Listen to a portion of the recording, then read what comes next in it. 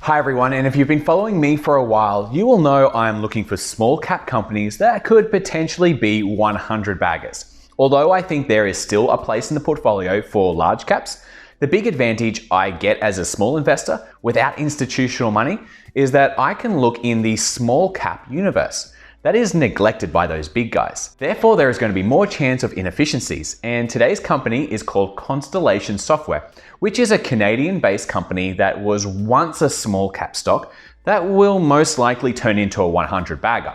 I want to analyze this to see if I can learn to find a similar company, but earlier in its lifetime.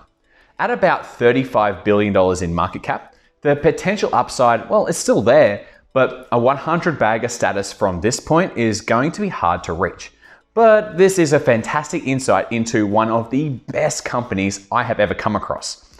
This is the top of the top in terms of management. This company is just far different to 99% of companies out there.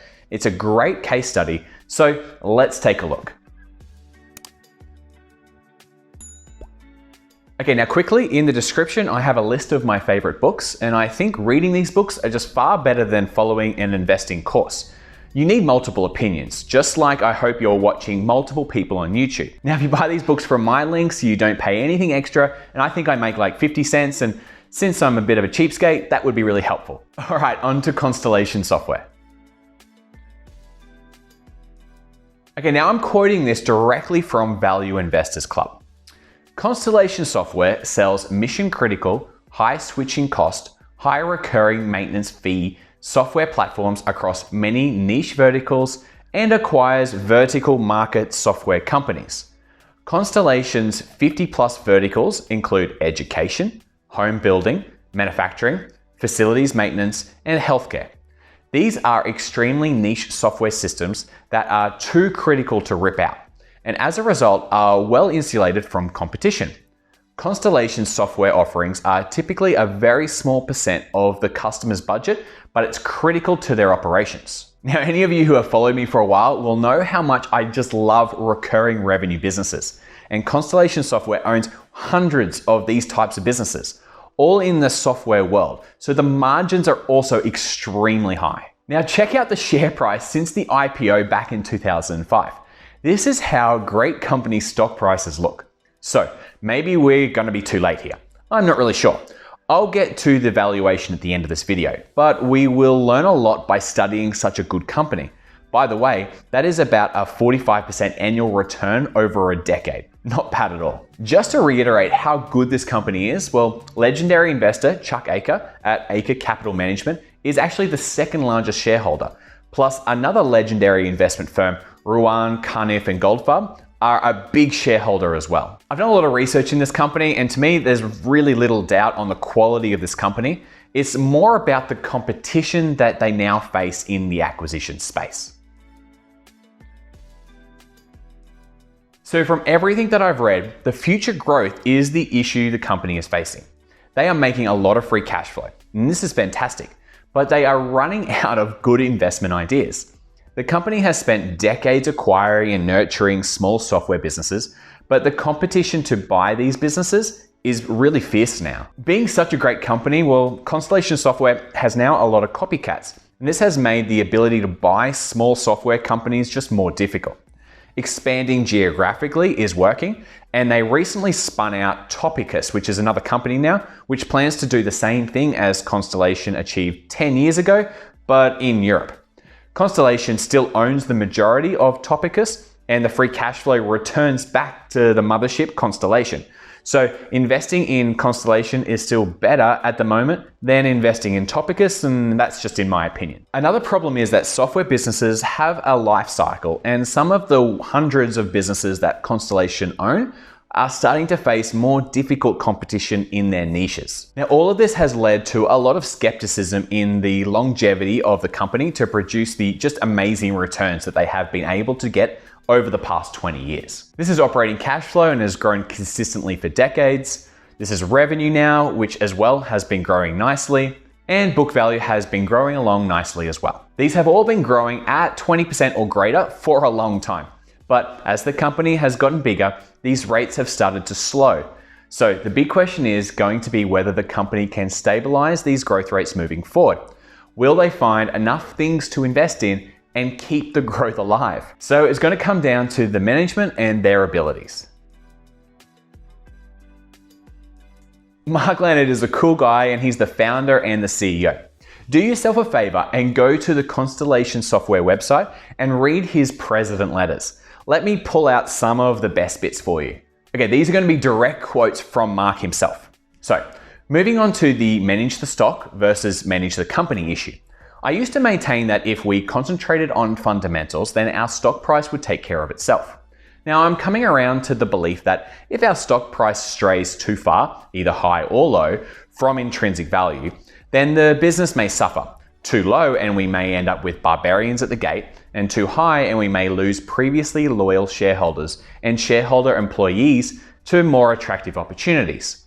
In previous letters, I've talked about how important long-term orientated employees, customers and shareholders are to both our strategy and organizational design. A long-term orientation requires a high degree of mutual trust between the company and all of its constituents. Now, he always speaks honestly, even if he thinks the news is bad. He said this back in 2012. Organic net revenue growth was positive 2% in 2012. We had foreseen a pullback in 2012 from the 2011 post-recession pickup, but achieving only 2% was disappointing. We would not be satisfied if our long-term organic net revenue growth rate were maintained at this level. I love how he just pointed out a negative of the business. Everything had seemed to be going so well and he just pulled out that negative and just owned it.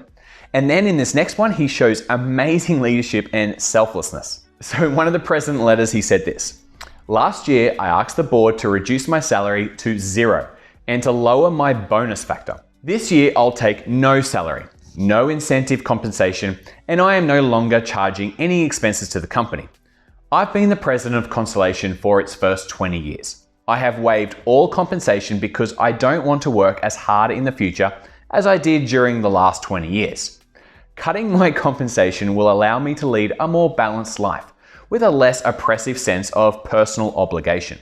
I'm going to be paying my own expenses. I've traditionally traveled on economy tickets and stayed at modest hotels because I wasn't happy freeloading on the shareholders, and I wanted to set a good example for the thousands of employees who travel every month. I'm getting older and wealthier and find that I'm willing to trade more of my own cash for comfort, convenience, and speed. So I'm afraid you'll most likely see me in the front of the plane from here on out. I love what I'm doing, and I don't want to stop unless my health deteriorates or the board figures it's time for me to go. We have an impressive board. I trust them to determine when I'm no longer adding value as the senior executive in the company." Okay, I'll stop here, but the president letters are just full of interesting insights into Mark and the legacy company he has built. It will be a sad day when he retires completely, but the business he has built will continue to live his teachings. I love his integrity and how he looks at real numbers and metrics to measure the performance of his business. He is the type of leader I want to invest with. Return on invested capital is one of those interesting metrics. It's a good measure, in this case, of a company that is going to compound their cash flow producing ways. A return on invested capital number above 15% is a pretty good number, and that's what we'd want to see as the compounding rate. Now, how impressive is the past decade ending in 2017? That is a compounding machine. No wonder the share price has been on a tear at 45% per annum. But Mark himself would think that the growth in value of the company, so the share price, should be in line with the return on invested capital plus the organic revenue growth. So the stock price has been significantly out of touch on the high side compared to the growth of the business. Now, I haven't been able to find the last few years of return on invested capital plus those organic growth numbers, as Mark has stopped writing the president's letters, unfortunately. Now, looking around, I estimate that it is still high, maybe even above 30%. I'll want to try to get more of an exact read on this if I was going to invest. Turning to debt, and that's always been manageable and used well. Free cash flow just keeps getting bigger and bigger. And as management goes, this just doesn't get any better. I would have to put Mark and the company in my top 3 best managed companies of all time. Okay, I'm going to take a range between 20% as my growth rate and then 13% and compare like a positive outlook and a more negative outlook. Somewhere between these two numbers will be a good range in my opinion. Great companies are just rarely on sale, but I still want to pay under fair value rather than 50% or more under fair value. Maybe in this case, because it's just such a good company, maybe we could do just 25% off its fair value. So price to free cash flow is just the relationship between the stock price and how much free cash flow the company is making. I then factor in a growth rate to get some sort of target price to free cash flow number. Look, this is a very rough way to value a company, but it's pretty good to get a ballpark figure and to compare it with my discounted cash flow method. Now, like I said before, I've decided the growth rate is somewhere between maybe 13 and 20%. Therefore, the price to free cash flow should be between 10 and 25. And currently in late April, it's about 25. So we are definitely on the high side of my range, but it's not crazy. Now, if we look at my fair value calculator, which factors in more information, and if you want a copy of this, it's free and it's in the description. So using that 20% growth rate and then a little less after that, everything else here, in my opinion, is a fair representation of the company. It's a great company, so a 20 multiple is maybe even low since the price to free cash flow is actually 25 right now. So a price around $1,200 would give me an okay margin of safety. Now using that more conservative 13% growth rate, and I also changed the multiple to the free cash flow multiple of 25, and we get about $1,000. Now all these numbers here are in US dollars, not Canadian dollars. And the current USD price of the stock is about 1,400 and is really not that bad.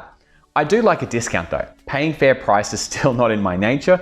I probably need to work on this. So the negatives are, can the growth continue? This is the big question, and I don't know, but the management team and Mark might surprise us all. I bet this is exactly what he is wanting to do, and I wouldn't bet against him. The market cap is already unfortunately too big. It's unlikely to be a 100-bagger from this point. But there are so many positives. It's a great industry, and I'm a big fan of software businesses, and having a suite of hundreds of them, it just makes a great business. And some of the best stable financials I have ever looked at. They have one of the best capital allocators and owners I have ever studied. Spin-offs are starting to happen and shareholders get part of these spin-offs. And there are at least 2 super investors invested, and that's a great tick of approval. So do I think Constellation Software is a good company to invest in? Now, like I said before, really good companies rarely trade at a discount. So this might be a case of investing in a great company at a price a little above what I would feel comfortable with. I definitely still want some margin of safety, so I'll have to think hard about this one.